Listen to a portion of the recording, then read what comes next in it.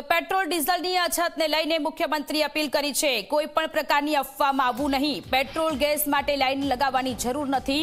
Petrol ડીઝલની કોઈ જ અછત નથી। ઈંધણ પૂરતું છે અને મળી રહેશે। મુખ્યમંત્રી ભૂપેન્દ્ર પટેલ કે જેણે અપીલ કરી છે। આજે અફવાઓ અત્યારે ફેલાઈ રહી છે। પેટ્રોલ ડીઝલની અછતની જે અફવાઓ છે તેને લઈને તેમણે સ્પષ્ટતા કરી છે કે પેટ્રોલ ગેસ માટે લાઈનમાં લાગવાની જરૂર નથી।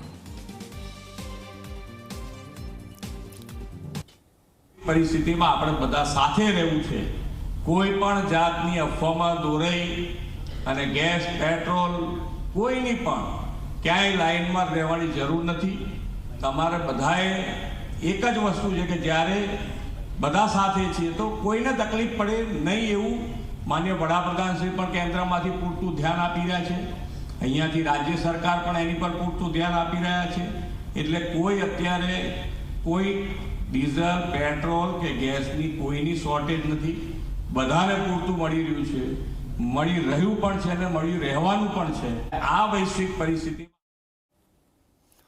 તો મુખ્યમંત્રી ભૂપેન્દ્રભાઈ પટેલ કે જેમણે લોકોને અપીલ કરી છે, પેટ્રોલ ડીઝલનો પૂરતો સ્ટોક હોવાની વાત કરી છે અને લોકોને પેનિક ન થવા માટેની પણ વાત કરી છે। પેટ્રોલ ડીઝલની કોઈ જ અછત નથી।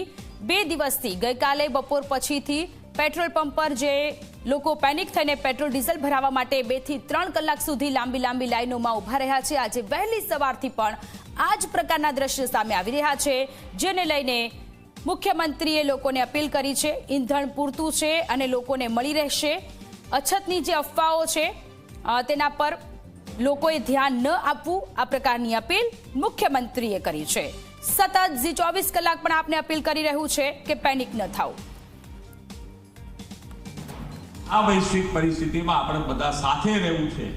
કોઈ પણ જાતની અફવામાં દોરાઈ અને ગેસ પેટ્રોલ કોઈની પણ ક્યાંય લાઈનમાં રહેવાની જરૂર નથી।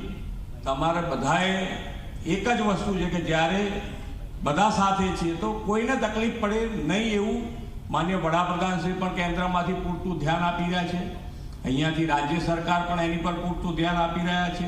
એટલે કોઈ અત્યારે કોઈ ડીઝલ પેટ્રોલ કે ગેસની કોઈની શોર્ટેજ નથી। બધાને પૂરતું મળી રહ્યું છે, મળી રહ્યું પણ છે અને મળી રહેવાનું પણ છે। તો કોઈ પણ પ્રકારની અફવામાં ન આવવું। પેટ્રોલ ડીઝલની અછતની અફવાને લઈને લોકો જે પેનિક થઈ રહ્યા છે, પેટ્રોલ પંપ પર લાંબી લાઈનો લગાવી રહ્યા છે, એને લઈને મુખ્યમંત્રી કે જેઓએ લોકોને અપીલ કરી છે।